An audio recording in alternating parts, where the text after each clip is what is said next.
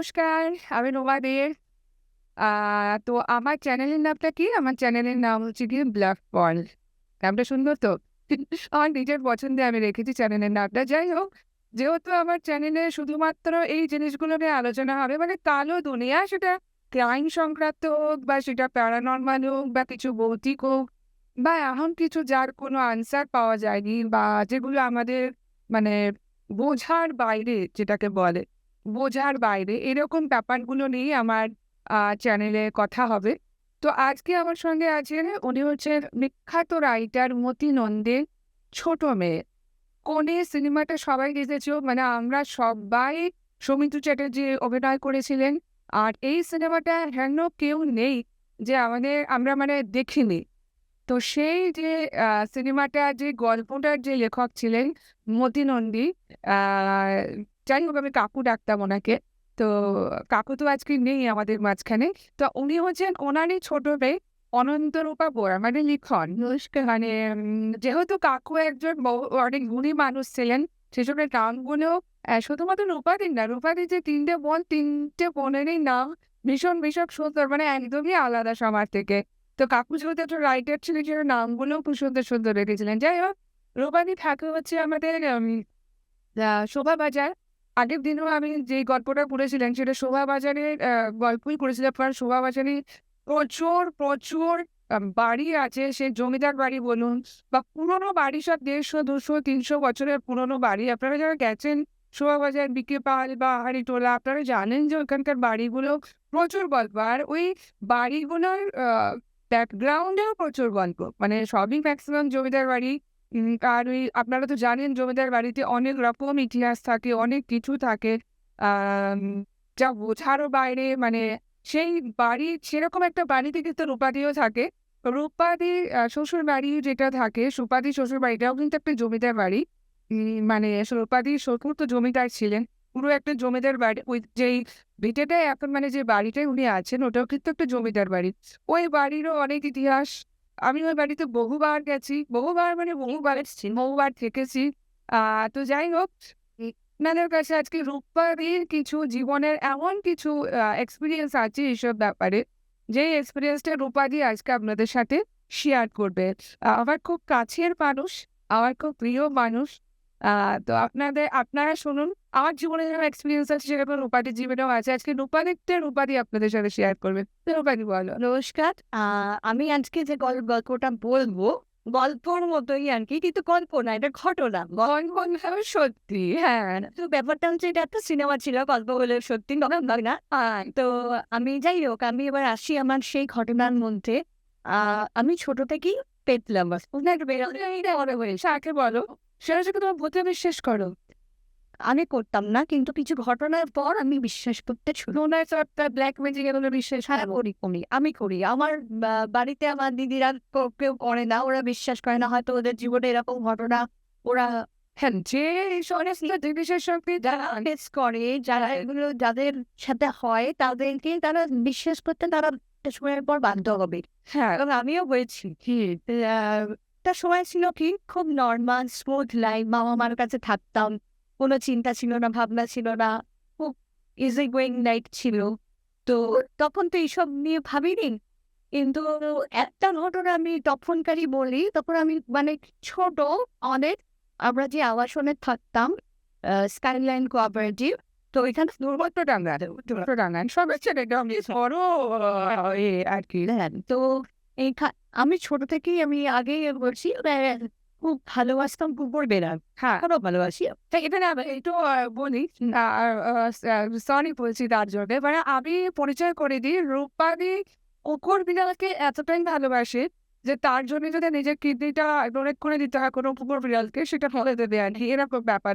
কেন এই কারণে বলছি, রূপালী এরকম মানুষ যে রাস্তাঘাটে যেখানে কোনো কুকুর অসুস্থ, বিড়াল অসুস্থ, আ নিজে সেগুলোকে তুলে নিয়ে এসে নিজের বাড়িতে রেখে সম্পূর্ণ নিজের খরচায় স্যালাইন দেওয়া, টাইমে ভ্যাকসিন করানো, হসপিটালে নিয়ে যাওয়া, দৌড়াদৌড়ি করা, সমস্ত কিছু সে করে। এর জন্য মানে তোমাকে যে কি বলে ধন্যবাদ দেবো, মানে কি যে বলবো আমি নিজেও জানি না। মানে এরকম মানুষ পাওয়া খুব মুশকিল দুনিয়াতে। এবার আমি বলি, আপনারা যারা ভিডিও দেখবেন, আপনারা যারা পেজ লাভার আছেন, যদি আপনাদের কোনো দরকার বা কোনো কিছুর জন্যে প্রয়োজন পড়ে রূপাদির সাথে, আপনারা অবশ্যই রূপাদির সাথে যোগাযোগ করবেন।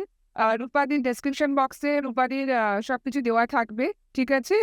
বা ফেসবুক পেজে ওনার যে প্রোফাইল আছে সেটাও দেওয়া থাকবে। যদি আপনাদের কারোর কাউকে আপনাদের নিজেদের মানে আপনারা কোথাও যাচ্ছেন, আপনার নিজের ডগ বা যাই হোক বিড়াল হোক, ক্যাট হোক, আপনারা রাখতে চান, রূপাদি খুব যত্ন সহকারে রাখেও। সব ব্যবস্থাই তার কাছে আছে। যদি আপনারা মনে করেন যে তার কাছে রাখবেন ১০ দিন ১৫ দিনের জন্য কোথাও ঘুরতে যাচ্ছেন, আপনার বাচ্চাকে আপনি রাখতে চান তার কাছে, আপনারা সেটাও রাখতে পারেন। আর যারা যদি কোনো পেট লাভার আপনাদের যদি কোনো এই সংক্রান্ত ব্যাপারে যোগাযোগ করার দরকার থাকে রূপাদির সাথে, তো অবশ্যই যোগাযোগ করবেন। তা রূপাদি এবার বলো তুমি। হ্যাঁ, এবার আমি আসি সেই ঘটনাটা। হ্যাঁ, তো আমাদের আবাসনে পুজো হতো। এবার কিছুদিন আগে পুজোর কিছুদিন আগে প্রাক মহালয়া পর্বে আমাদের বিল্ডিং এর নিচে একজন স্কটিশ চার্চে উনি প্রফেসর ছিলেন পলিটিক্যাল সায়েন্সের, এসকেসি বলতাম আমরা। আচ্ছা। ওনার ফ্ল্যাট, ওনার ওয়াইফ হঠাৎ একদিন আমায় ডেকে বলছে যে দেখ একটা কালো মানে সে ব্ল্যাক কোনো গায়ে আর কোনো ইয়ে নেই, ছোট্ট বাচ্চা ওদের গাড়িটার না তলায় ওদের তো কাকু গাড়িটা চালাতে গিয়ে পা দিয়ে মানে ওর গায়ে চাকাটা তুলে দিচ্ছে।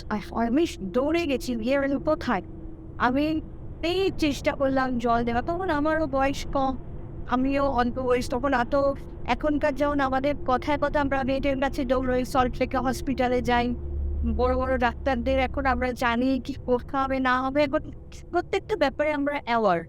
কিন্তু তখন তো সব জানতাম না, আর আমাদের গাইড করার কেউ ছিল না। একজন ছিলেন এএসআই হসপিটালে স্টাফ কোয়ার্টারে থাকতেন, কাকু বলতাম, তার ওয়াইফ ওখানকার মানে মেট্রন ছিলেন। তো সেই সূত্রে কাকু ওখানে থাকতেন, উনি ছিলেন ভেটেরিনারি ডক্টর, বেনেগাছিয়া। তো এবার কিন্তু সেইভাবে তো আমি অত বুঝিনি। আমি বাচ্চাটাকে নিয়ে এসে রাখলাম, তাকে জল টল দিলাম। তো যাই হোক বাচ্চাটাকে বাঁচাতে পারিনি। এবার আমি কি করবো? তখন আমাদের ওইখানে ওই এসআই হসপিটালেরই মানে নার্সেস মানে ট্রেনিং সেন্টার তৈরি হচ্ছে, বিল্ডিং তৈরি হচ্ছে ওখানে, ডেভেলপমেন্ট হচ্ছে। তো ওইখানে আমি না দৌড়ে গেছি ওকে হাতে করে নিয়ে গিয়ে ওখানকার যারা লেবার ছিল তাদেরকে আমি রিকোয়েস্ট করলাম হাত জোর করে যে আমার এই বাচ্চাটা না মরে গেছে, ওকে কোথায় ফেলবো, রাস্তায় তো আমার ফেলতে ইচ্ছে করছে না, তোমরা একটু এখানে দেবে, আমি একটা জায়গায় তুলতে দেবো। তো ওরা কি ভাবছো, তো বললো হ্যাঁ ঠিক আছে। ওরা বট্ট করে দিল, দিয়ে আমি ও বাচ্চাটাকে ওইখানে চাপা দিয়ে এলাম, দিয়ে এসে বললাম কিছু মনে করিস না, মানে আমি তখন ছোট, তো তখন আমার মতো করে আমি বললাম যে কিছু মনে করিস না, আমি তোকে বাঁচাতে পারলাম না, আই এম সরি বলে আমি মানে আর পেছন ফিরে তাকাইনি, কাঁদতে কাঁদতে চলে এসেছি। তো তারপর পুজো এসে গেছে। এবার ওই এসআই হসপিটালে একজন দাদা থাকতেন, ভাস্করদা, এখন মারা গেছেন উনি। ভাস্করদার কাছে আমি হ্যাঁ এবার মনে পড়ছে, আমি তখন ক্লাস 7 বা 8 পড়ি। আমার লাইফের প্রথম এক্সপিরিয়েন্স আছে। হ্যাঁ, তো আমি এবার কি করেছি, ভাস্করদা খুব ভালো ছবি তুলতেন। আর আমার প্রচুর ছবি তুলতো, বলতে তুই দাঁড়া, তুই আমার মডেল, তোর ছবি তুলবো। বললাম, আচ্ছা ঠিক আছে। তো এবার মানে এটাকে কোইন্সিডেন্টাল বলবো না কি বলবো আমি ঠিক বলতে পারছি না। দেখি আমাদের পাঁচিলে আমাদের বাড়ির আমাদের আবাসনের লাগোয়া পাঁচিলের সাথে বোস ইনস্টিটিউট, দেখি ওই কালো বিড়ালটা ওই রকম সেম কালো বিড়ালটা বসে আছি। এবার আমি না অবাক হয়ে গেছিলাম, তুই কি করে এলি, তুই তো পড়ে গেছিস। ভাস্কর দা বলছে তুই কি পাগল টাগল হয়ে গেছিস। মা দেখি আমি হাত বছর ওকে নিয়ে আয়, ওরা একদিন ছবি তুলবো, ব্ল্যাক ক্যাটের ছবি পাওয়া খুব রেয়ার। তো আমি ওকে দিলাম, দেখলাম হাতে নরম তুলতুলে বেড়ালটা একদম। ওকে না আমাদের ওখানে চেয়ার ছিল, তখন বেশি কাঠের চেয়ার হয়, কাঠের চেয়ারে বসালাম, বসিয়ে ভাস্কর তখনই দিকে কি অ্যাঙ্গেল থেকে ওই অ্যাঙ্গেল থেকে নানা রকম ভাবে ছবি তুলছে, বেড়ালটা চুপ করে বসে আছে। নিয়ে তারপর বলছে যা তুই ওকে দেখে দে। এইবার হয়ে গেল ভাস্কর তখন আমি তোকে ছবি প্রিন্ট করে উঠিয়ে দেবো। এইবার কি হয়েছে সেই দিন এই ঘটনা আমাদের কি হতো, রাত্রিবেলা খাওয়া দাওয়া হতো, পুজো প্রোগ্রাম যাওয়ার পর খাওয়া দাওয়া হতো। এখন যেটা হয় আর কি, দুই টপিকের সময়। এবার আমি ওই আমাদের ওই করিডোর দিয়ে হেঁটে যাচ্ছি, হঠাৎ না দেখি একটা ম্যাও করে শব্দ, দেখি ওই বেড়ালটাই পাঁচিলে বসে রয়েছে। আমি কিছু বলবি? তখন ম্যাও ম্যাও ডাকছে, দেখি সামনে দিয়ে একটা সাপ চলে গেল। মানে লিটারালি আমি দম বন্ধ হয়ে ভয়ে আমি মানে যে আওয়াজ করবো মুখে আমি কি বলবো, আমি আমার মধ্যে নেই, আমার হাত পা ঠান্ডা হয়ে গেছে। কি সাপ ছিল? কিন্তু আমি জানি না কি সাপ, সন্ধে পরে সন্ধেবেন তবে তো বিষাক্ত সাপ। এরকম করে পুরো চলে গেল। গিয়ে ওখানে প্রচুর গাছ ছিল, গাছে দিয়ে দিয়ে কোথায় চলে গেল। বিষাক্ত সাপ অলমাস শীতের পরে যদি ও ম্যাও করে আমায় না ডাকতো, আমি কিন্তু সাপটার এতে পা দিয়ে দিতাম এবং আমার সেদিনই জীবনের শেষ দিন হয়ে যেত যদি ওটা বিষাক্ত সাপ হতো। আমি জানি না, সেটা আমি না জেনে তো মরা উচিত ছিল না। বেসিক্যালি কিন্তু সাপ কিন্তু খুবই নিরীহ প্রাণী। সাপকে আমরা ভয় পাই ঠিকই, কিন্তু এখানে আমি একটা ছোট্ট বার্তা দিচ্ছি, আমরা সাপকে ভয় পাই, কিন্তু সাপ তখনই ছোঁয়ালটা মারে যখন সে তার গায়ের প্রাণের ছোঁয়ালটা মারে। যেটা এটাও একটা কিন্তু আমাদের জন্য মেসেজ, যেটা রামকৃষ্ণদেবও বলেছিলেন, হোস করো ছোবল মেরো না, কিন্তু সাপ ছোবল মেরে দেয়। কিন্তু সেটা কেন? নিজের প্রাণ রক্ষার জন্য। সেটা আমাদের জীবনেও করা উচিত। যখন দেখবো আমাদের প্রাণের বিপর্যয় হচ্ছে, আমার মনে হয় এখন যা চারিদিকের পরিস্থিতি, ছোবল মারাটাই দরকার। যাই হোক, এটা অন্য প্রসঙ্গ। তো এবার আমি তারপরে যে আমি ওপরে পাঁচিলটার দিকে তাকালাম, দেখলাম পরিষ্কার কোনো বেড়াল নেই, কেউ নেই। আমি কি বলবো, তখন আমি ভাবছি এটা কি হলো, আর আমি কাউকে বলতে পারছি না, কেউ তো বিশ্বাস করবে না, এবং একটা বাচ্চা মেয়ের মধ্যে হ্যালুসিনেশন হয়েছে আর কি। দিনের স্বপ্ন দেখছে রাত্রিবেলা। কিছু বলিনি। তারপর ওই ভাস্করদা বলছে আমাকে, আমি হোমিওপ্যাথি আবার পড়তে গেছি, পুজো পুজো হয়ে গেছে আর কি, গিয়েছি উনি সি মার্কেটের কাছে একটা বাড়িতে, ওইখানে ব্যাচ করার পর সকালবেলা আমি ওখানেই যেতাম। বলছে জানিস, বলে ওটা কি ছিল বলতো? আমি কি ছিল, কি বলো? বেড়াল তো। বলছে না। আমি কি বলছো গো? না মানে আমি বুঝতে পারছি না। বলছে তুই বুঝবি না, ছেড়ে দে, তোকে বুঝলাম না, তুই বলছে পুরো সাদা, যে সিঁদুর ছবি আসে না, খালি চেয়ারটার ছবি, কোনো বেড়াল নেই। বলছে পর 5খানা প্রিন্ট করিয়েছি আমি, বলে প্রত্যেকটাতে এক হয়েছে। ওয়ারিংসটাকে কি বলবে, এটাকে কি বলবো আমরা? ওই সেই বিড়ালটা তোমার প্রাণ বাঁচাতে সে আমার প্রাণ বাঁচ, কারণ আমি ওকে তো বাঁচানোর চেষ্টা করেছিলাম। হ্যাঁ, আমি লাস্ট মোমেন্টে ওকে জল খাইয়েছিলাম, এবং যখন ওকে করে এলাম, খবর দিয়ে এলাম, আমি ওর কাছে ওর কাছে ক্ষমা চেয়ে এসেছিলাম যে তুমি তো ছোট, আমি অজান্তেই, তখন তো একটা শিশু মনে কিন্তু তখন একটা চাপ পড়েছে যে একটা বাচ্চা বেড়ালকে, যেহেতু আমি ছোট থেকে বেড়াল কুকুরের মধ্যে দিয়ে বড় হয়েছি, অসম্ভব। আমি শুনেছি আর কি, আমাদের পুরোনো বাড়ি, আমার শ্বশুর বাড়ির কাছেই, ওই পুরোনো কলকাতাতেই, উত্তর কলকাতাতেই মেয়ে আমি, আমার বিয়েও হলো উত্তর কলকাতাতে। তো এবার আমি যখন বেরিয়ে এলাম, তখন আমি ভাবছি এটা কি হলো। এখনো ওই ঘটনাটা, ওই ট্রান্সটা আমাকে তাড়া করে, যে কেন আমার এটা, কেন এটা কি কৃতজ্ঞতা প্রকাশ করলাম? জেনারেলি এখনো পর্যন্ত সকলের মুখে শুনি, যদি এটা আমি কেন, কোনো পেট্টাবাড়ি বিশ্বাস করবে না যে বেড়াল নাকি খুব স্বার্থপর হয়। ওই বলবো না, বেড়াল স্বার্থপর হয় না, বেড়াল একটু অন্যরকম টাইপের হয়, ওদের জগৎটা একটু অন্যরকম। কুকুর যেমন কি একা থাকতে পারে না, কুকুর সবাইকে নিয়ে থাকতে ভালোবাসে। কিন্তু বেড়াল কি হয়, ওরা একাকিত্বটাকেই বেশি পছন্দ করে, ওরা নিজেদের মধ্যেই থাকতে ভালোবাসে, কিন্তু সেটাকেই লোকে ভাবে বেড়াল স্বার্থপর, কিন্তু শুধু বেড়াল নয়। ও তোমাকে, তুমি যে অর্জনে করেছিলে সেই কৃতজ্ঞতাটা একদম তোমাকে একদম ও আমাকে ও ওর জীবনের বিনিময়ে আমাকে ও জীবন দান করে গেল। হ্যাঁ, সত্যি কথা। আমি চির কৃতজ্ঞ, সেজন্য আজও এই বয়সে এসেও আমি কোনোদিন এই ঘটনাটাকে বুঝতে পারিনি। আর তখন আমার শিশু মনে ভীষণ আমি ছাপ ফেলেছিল। একটা ক্লাস 7-8 পড়া মেয়ে, কত বয়স। ওটা ধরো মানা যায় যে সামথিং একটা এসেছে বা বসে আছে, তুমি আর একটা বিড়াল দেখেছো, কিন্তু না ছবি ওঠেনি, না এটা তো কিন্তু মানা যায় না। এটা তো এইটা আমি আর বলবো না।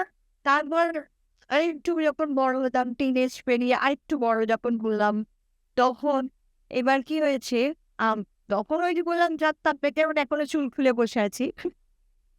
ওই পেছনে আমাদের ওইখানে গিয়ে সাইন হসপিটালের পেছনে কবরস্থান। বলছি অনেকে না দেখবে বলে হচ্ছে গিয়ে যে সাদা, আমি খুব সাদা পরতে ভালোবাসি, তুমি তো জানো আমি খুব সাদা পরিও।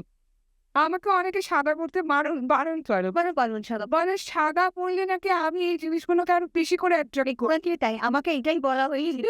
এটাই আমি আজকে সাদা কথাতে সাদা সাতের নদী সাদা, মানে লোককে একটা সাদা জামা কাপড় পরলে মনে হয় যে না আমি তাই এই মারছে।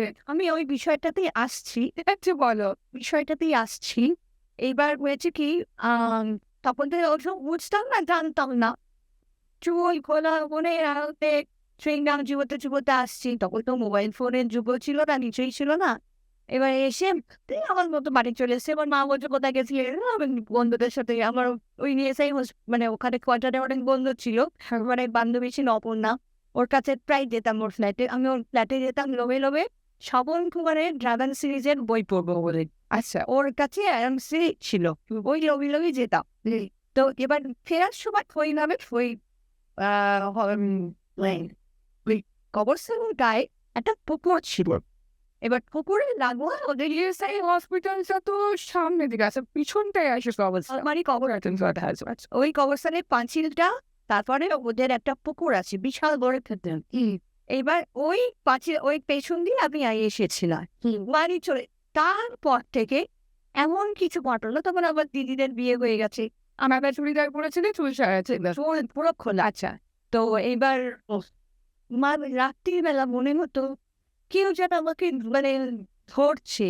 মানে এটা শুনতে খারাপ লাগলো, কিন্তু ঘটনা মানে তখন হাত পা না একদম পুরো স্টিফ হয়ে যেত। মানে স্লিপিং প্যারালাইসিস। স্লিপিং প্যারালিসিস হয়ে যেত আমার। এটা হয়তো রেগুলার হতো না, মানে মাসে একবার কি দুবার করে হতো। আচ্ছা। এবার আমি শ্যামবাজারের ওখানে একটা জায়গায় পড়তে যেতাম। তো আমার এক বান্ধবী হয়েছিল, সে মানে কোইন্সিডেন্টলি ও হলো বটবৃক্ষপালের বাড়ির মেয়ে, ওর মামার ব্যবসা। ওর মা ছিল ওই বাড়ির মেয়ে। ওর নাম পূর্ণিমা। পূর্ণিমা মারা গেছে। যাই হোক, কিন্তু ও আমাকে শ্যামবাজারে ওদের বাড়ির যিনি প্রতিষ্ঠিত ঠাকুর ছিল, যিনি পুজো করতেন, তার আশ্রম ছিল শ্যামবাজারে। ওইখানে আমাকে ও নিতে যায়। বলে, "তুই চল তো।" ওকে আমি এটা শেয়ার করেছিলাম। ওর সাথে আমার অনেক কথা শেয়ার হতো। ও তো বলল, "তুই চল আমার সাথে।" কারণ আমি যাকে আমার মা দিদিদের বললে ওরা কেউ বিশ্বাস করবে না। তো ওকে বলেছিলাম, তখন বলে, "তুই চল।" ওই জেঠুর কাছে নিয়ে গেছিল। মানে আমি জানি না, আমি কোনো গল্প শুনেছি যে পঞ্চমুণ্ডি আসনে সবাই বসতে পারে না। কিন্তু আমাকে উনি বসিয়েছিলেন। কোনটি আসনটা কি? তার তন্ত্রের সবথেকে বড় পঞ্চমুণ্ডি। ৫ টা খুলির ওপর দিয়ে ওই আসন তৈরি হয়, মন্ত্রপুত আসন। আর সেই আসনে কেউ বসতে পারে না সবাই। আচ্ছা। খুব শুদ্ধাচারণ না বলে, আমি বলছি না আমি খুব শুদ্ধ জমিয়ের মেয়ে এখন, কিন্তু সেই সময় আমাকে উনি বসালেন, বলে, "তুই বস এখানে।" আমি কিছু বলার আগেই উনি বলতে শুরু করতেন, "সাদা জামা কাপড় পরে চুল খুলে রেখে কোনো পুকুর পাড় দিয়ে তুই হেঁটেছিস?" এবার আমি তো বলতে পারছি, আমি মনে করতে পারছি না। আমি বললাম, "হবে হয়তো।" বলে, "তোর বাড়ির আশেপাশে কোথাও পুকুর আছে?" আমি বললাম, "হ্যাঁ, ওখানে কবরস্থান আছে। কবরস্থানে।" আমি করার পরে বলে যাচ্ছি খবর। বলে, "খুব অন্যায় করেছি।" আমি বললাম, "আমি তো জানি না কি অন্যায় করেছি। আমি তো ওখানে হেঁটে এসেছি। আমার বন্ধুর বাড়িতে গেছিলাম, ছবন কুমার পড়বো বলে গেছিলাম।" বলছে, "যে কুমারই দেখো না কেন, তুমি অন্যায় করেছো। তুমি কেন এখান দিয়ে হেঁটে গেছো?" আমি বললাম, "তাহলে কি করবো?" তারপর আমার এই বান্ধবী বলছে, "যেটু তাহলে কি হবে?" বলছে, "কিছু হবে না। আমি ওকে করে দিচ্ছি। আর কোনোদিন পুরো সাদা জামা কাপড় পরবি না তুই। কোনোদিন সাদা জামা কাপড় পরবি। এটা আমার আমার আর চুল কোনোদিন খুলে রেখে রাস্তা দিয়ে হাঁটবে না।" তা আমি বললাম, "আচ্ছা ঠিক আছে।" তারপর থেকে আমি চুল মানে উনি বলাতে আমার ওই বান্ধবীও বই করে বলেছিল, "মনে আছে তো জেঠু যা বলেছে?" তারপর উনি মানে আমাকে তুই কিসব ফড়ি দিয়ে কিসব পড়লে পরে বলেন, "যা, তোর আর কিছু হবে না। তুই সাবধানে থাকবি।" তো বলতে নেই, তারপর থেকে কিন্তু আমার সেরকম মানে এটা বিয়ের আগের কথা বলছি। কোনোদিন আর কিছু হয়নি। কিছু হয়নি ঠিকই, কিন্তু বিয়ের পরে জীবনটা তো এলোমেলো হয়েছে। বিয়ের পর ১ম দিকে আমি মানে একটা গা ছমছম করতো আমার শ্বশুর বাড়িতে। ওটাও অনেক পুরোনো, ওরা জমিদার বাড়ি। জমিদার বাড়ি। আর আমার হাসব্যান্ড হলেন ওই বাড়িতে তুমি ওই কড়িকাঠ সব পাবে, মানে বিশাল কড়িকাঠ, মানে আগের বাড়ির যে ভাই আর একটু বলে দিতে হবে। রূপাদের বাড়ির যে ভাইবস, ছোটর আগের দিন যে রূপাদি এসেছিল সেই রূপাদের বাড়ির ভাইবস একদম খতরনাক খারাপ ভাইবস। মানে ও বাড়িতে যখন আমি জাস্ট পাটা তুলেছি, আমি সঙ্গে সঙ্গে রূপাদিকে বলেছিলাম, রূপাদি এই বাড়িতে আর একটা আলো আঁধারি কেমন মানে কোনো আলো নেই, স্যাঁতস্যাঁতে ভাব। আমি তখনই রূপাদিকে বলেছিলাম যে, রূপাদি এই বাড়িতে কিন্তু কিছু প্রবলেম। তখন আমাকে রূপাদি বলল, হ্যাঁ কিন্তু তোমার বাড়ির যে ভাইবসটা আছে, ভূত দেয় না, ভূত দেয় না তো? দেখতে পাচ্ছ? লাইট কিন্তু আপনাদের হাতে নেই, আমরা কিছু করছিও না, আসছিও না।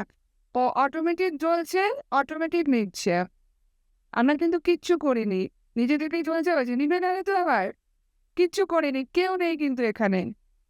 যাই হোক, তুমিও একটু হ্যাঁ, বলো তুমি বলো। মানে বলে যাবে আপনি বলো। তো এবার হয়েছে কি, বিয়ের পর খুব তখন আমাদের বাড়িটা একটু ভাঙাচোরা ছিল। এখন বাড়িটা রেনোভেট করে অনেক চেঞ্জ হয়ে গেছে, সেই সময় অন্যরকম ছিল। তো আমি একটু কিছু ফিল করতাম, আমি বুঝতে পারতাম। আমার হাজবেন্ডকে বলতাম, ও হেসে উড়িয়ে দিত। ও বলতো, তোমার এটা মনে ছিল, তুমি এখন ওই জায়গা থেকে এসছো, তো তুমি একটা খোলামেলা পরিবেশ থেকে এসছো, তো এটা তোমার মনে হবে হয়তো। রাত্রে নিজের মনে গান ফান শুনতাম, ইয়ে করতাম। তো আমরা যাই হোক, আস্তে আস্তে ব্যাপারটা ইজি হয়ে গেল। এইবার পরে বুঝতে পারলাম, আস্তে আস্তে এই যে আমাকে বলতো যে একটু আগে, যে আমার এই বান্ধবী বলেছিল যে আমি নাকি ফিল করতে পারি না। ও যেমন ফিল করেছিল ওর বাড়িতে গিয়ে, আমি কিন্তু কোনোদিন ফিল করিনি। পরে আমি এইটা নিয়ে একটু পড়াশোনা করে বা ইউটিউবে বা এইসব ইয়েতে বুঝতে পারলাম, আমাদের যে শরীরের ভিতর ইন্দ্রিয়গুলো আছে, সেই ইন্দ্রিয়গুলোর মধ্যে কিছু কিছু জিনিস থাকে যেগুলোকে তন্ত্রের দ্বারা ব্লকেজ করে দেওয়া যায়। এবং আমাকেও সেই ব্লকেজটা করে দেওয়া হয়েছে। এবং ব্লকেজটা করে দেওয়ার দরুন আমি আমার পাশ দিয়ে যদি কোনো নেগেটিভ এনার্জিও চলে যায়, আমি সেটা বুঝতে পারি না। তোমার অরা হয়তো অনেক বেশি স্ট্রং, তার জন্য আমি স্করপিয়ন, আমার ভীষণ স্ট্রং। আমি সেখানে এবং শনির জাতিকা, এবং আমার শনিবারের জন্ম। আমারও তো শনিবার। হ্যাঁ, কিন্তু আমি বুঝতে পারি না, এই যে তোরা যেভাবে ফিল করিস, আমি করতে পারি না। না, বিকজ অফ দ্যাট আমার ওই ইন্দ্রিয়টাকে ব্লকেজ করে দেব। না ফিল করতে পারি না মিনস, ফিল মিনস আমি আগে কোনোদিন ফিল করতে পারতাম না। কেউ আমার উপরে অনেক বড় তন্ত্র সাধনা এগুলো বলছে, যাই হোক। কেউ ব্লকেজ করে না, না, আমি ধনু রাশি দেয়। আমি ধনু রাশি, তারপরে আমার শনিবারে জন্ম। আমি এই জিনিসগুলো আমার অ্যাটলিস্ট যদি সেটাই বলতে হয় তাহলে ফিল করে বলতে রূপাদির আগে রূপাদি যেদিন এসেছিল, রূপাদি ভালো ফিল করতে পারি। রূপের রূপাদির বাড়ির সবাই ফিল করতে পারে। হ্যাঁ, সবাই সবাই আমার ছেলে করেছিল একবার, তখন একটু ছোট ছিল, আমাকে দৌড়ে এসে জড়িয়ে হয়েছিল, বলে মা কি ঘুমোচ্ছি, মনে হচ্ছিল আমার সামনে না একজন মিনা বড় বড় চোখ করে দাঁড়িয়ে আছে, এত গা ভর্তি গয়না পরে আমার দিকে এরকম বড় বড় চোখ করে তাকিয়েছে। তোমার বাড়ি তো জমিদার বাড়ি বা আপত্তি ময়না তো না, ও কি করেছে, ব্যাপারটা হচ্ছে ও কারোর একটা বাড়িতে গিয়ে, ওই যে তুই বললি না যে যেখানে সেখানে বাথরুম করবে না বা কিছু, বাচ্চা ছেলে, ও কারোর একটা বাড়ির বাথরুমে গিয়ে বাথরুম করে চলে এসেছে। এবং তার বাড়ির পাশেই ছিল, তার বাথরুমের পাশের পেছন দিকে ছিল এবং সেই দেবী মা এসেই ওকে ভয় দেখিয়েছেন, যেটা আমি বুঝতে পারি না। আমি বললাম, তুই কি আর কোনোদিন দেখেছি? বলছে না মা, আমি আর কোনোদিন দেখিনি। কখনোই বাথরুম বলে তো যে বাথরুমটা সবসময় দিক মেনে করা উচিত। হ্যাঁ, এবার আরেকটা ঘটনা বলি। ঈশান আগে বাথরুমে টাকা দিচ্ছে না। আমার শ্বশুর বাড়ি, যেদিনকে আমার শ্বশুর মশাই মারা গেছিলেন, সেই দিনকে ওনাকে আগে আমি প্রত্যেকদিন বিকেলবেলা ঠিক 4টে বাজলে আমি চা দিতাম। আমার দরজার কাছে এসে নক করে আমাকে ডাকতেন, ডেকে বলতেন যে চা দাও। তো যেদিনকে উনি মারা গেল, মানে সেদিনকে না, তার পরের দিন আমি ছেলেকে নিয়ে আমার ঘরের মধ্যে রয়েছি। তখন আমাদের পুরোনো বাড়ি, আমার দরজাটা কেউ একটা নক করলে আমার পরিষ্কার আমি শুনলাম, কেউ শোনেনি বাড়িতে, অলিখন অলিখন ঠিক এইভাবে ডাকতেন, চা করবে না, চা দেবে না? বারবার ওটা প্রশ্ন। মাহেশ বাবা হয়েছিল এই ঘটনাটা। হ্যাঁ ম্যাম, আমি চা দেবো, চা দেবেন। দরজা খুলে কেউ নেই, তারপর আমি বললাম, তুমি কাকে চা দেবো? কাউকে তো চা দেবার নেই, শেষ চলে গেছে। মানে আমি তখন না লিটারালি দরজা করে ঘামছি। সুগম বাগিসটা আমার সাথেও হয়েছে। আমার হাজবেন্ডকে যখন বললাম দাদাভাইকে, তখন বলছে তার মানে কি বাবা আছেন? আমি বললাম হ্যাঁ আছেন তো অবশ্যই, কারণ এত সহজে আত্মা বাড়ি ছেড়ে চলে যান না, যতদিন না শান্ত শান্তির অনুষ্ঠানটা কমপ্লিট হয় ওনারা এখানেই থাকেন। তো এটা একটা ঘটনা। ঠিক সেম এক ঘটনাটা হলো আমার খুব শ্বশুরের বেলায়।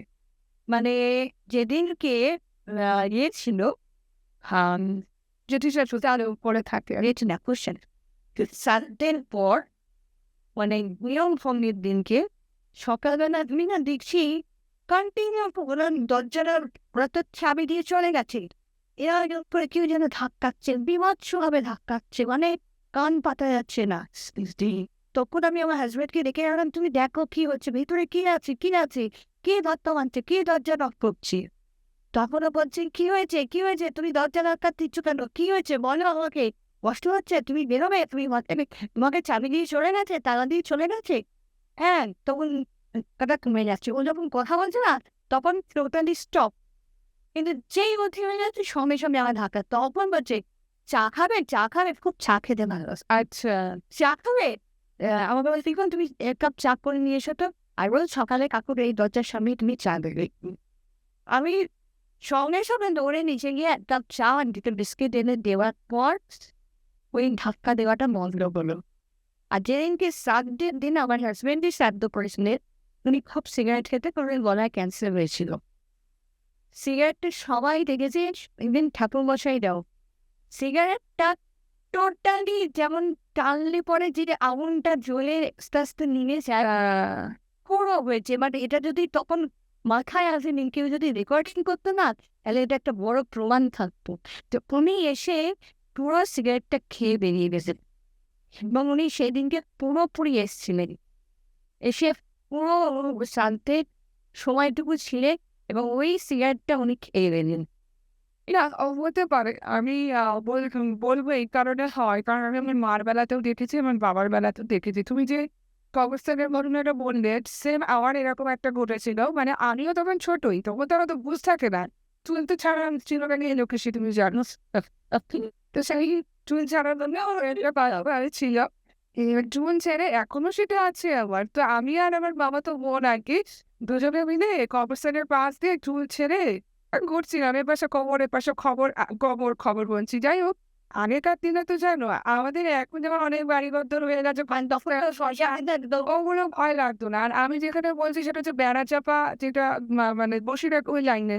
তখন তো সব এইখানে একটা বাড়ি, তো এক বাড়ি পাড়ে আর একটা বাড়ি, ওরকম অবস্থা। সে দুজনে যাচ্ছি কবরস্থানের মাঝখান থেকে, জাস্ট কবরস্থানটা টার্ন নেবো, আর এপাশটা বাঁশ গাছের ঝাড় ভর্তি।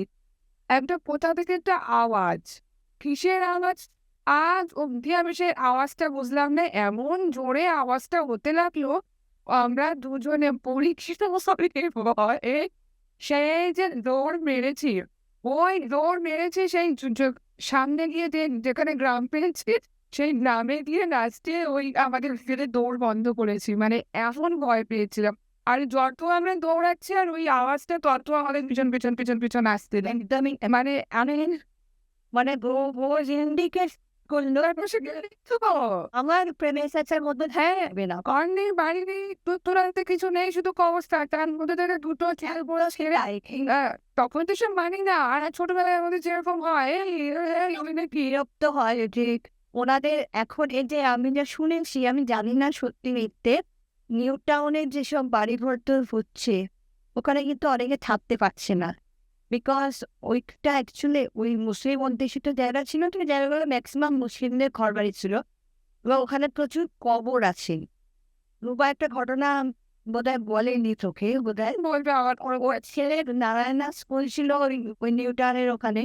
ওখানে না বাচ্চারা ঠিক মতো ক্লাস করতে পারতো না, অনেক মানে ভৌতিক ঘটনা ঘটেছে ওই স্কুলটা স্কুলটা। নিউ টাউনের। হ্যাঁ, এবং ওখানে একটা 14 তলা অ্যাপার্টমেন্ট ছিল, ওখানকার যারা বাসিন্দারা বাড়িটা এখন না পরিত্যক্ত হয়ে পড়ে রয়েছে, ফ্ল্যাট বাড়িটা সবাই বিক্রি করে চলে গেছেন। বিক্রি করেছে বটে, কিন্তু কেউ থাকতে পারেনি, বাড়িটা পুরো পরিত্যক্ত হয়ে পড়ে রয়েছে। তো এরকম খবরে প্রচুর আছে না।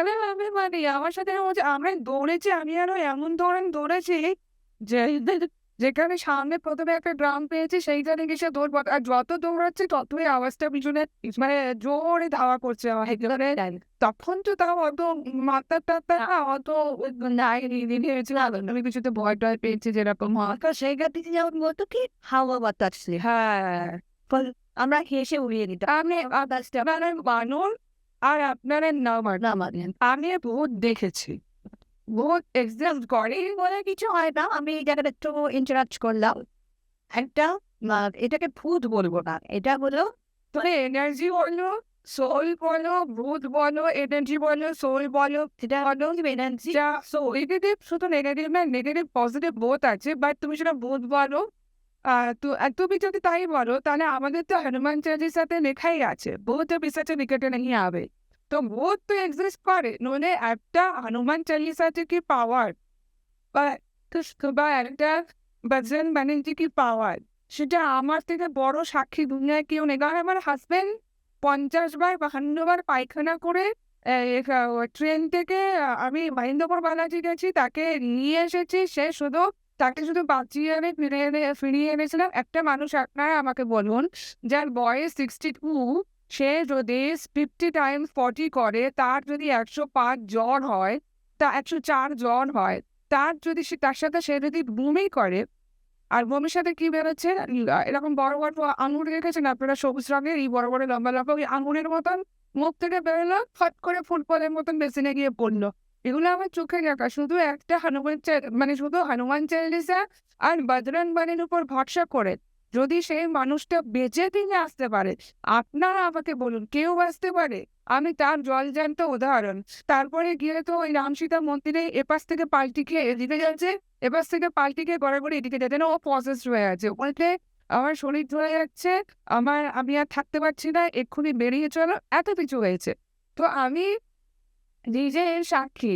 ভূত যদি এক্সিস্ট না করে, আজকে হনুমান চালিসা যে মানে কত বড় শক্তি, তুমি যদি এটাকে রোজ পড়ো, তুমি যদি এটাকে কণ্ঠস্থ করো বা তুমি যদি তোমার শরীরের সাথে এটাকে মিশিয়ে নাও, তোমার মতন তুমি তুমি নিজেই সবার সাথে লড়ে নিতে পারবে। তোমাকে থামাবার জন্য কেউ থাকবে না। আমি তোমাকে এইটুকু বলতে পারি। তো সেখানে তো বড় বড় করে লেখাই আছে ভূত পিশাচের নিকটে नहीं आवे। আচ্ছা তো এই লাইনটা তো তাহলে তাহলে তো সবেতেই আছে। তাহলে ভূত এক্সিস্ট করে, ভূত হয়। তোমরা সেটাকে ভূত বলো, সোল বলো বা তোমরা এনার্জিস বলো, যাই বলো। হ্যাঁ হ্যাঁ, তার একটা নেগেটিভও হয়, পজিটিভও হয়। তুমি যে ঘটনাটা বললে, বেড়ালের ছবি এলো না কেন? এলো না, কারণ সে হ্যাঁ, না সে তো এক্সিস্টই করে না দুনিয়ায়। সে তোমাকে বাঁচাবার জন্যই সেখানে এসেছিল, সেই জন্যে। তো আজকের মতন রূপালি এখানেই শেষ করছি। আবার একদিন নিয়ে আসবো অনন্ত রূপালি খানকে, আর রূপালিকে আরেকদিন নিয়ে আসবো আবার অন্য এক্সপিরিয়েন্স নিয়ে। ওই রূপালিকেও আরেকদিন নিয়ে আসবো। সবাইকে আবার নিয়ে আসবো, কারণ আমাদের কাছে এরকম জীবনের এক্সপিরিয়েন্স প্রচুর আছে। আমার মনে হয় আপনাদেরও শুনতে সেগুলো ভালোই লাগবে।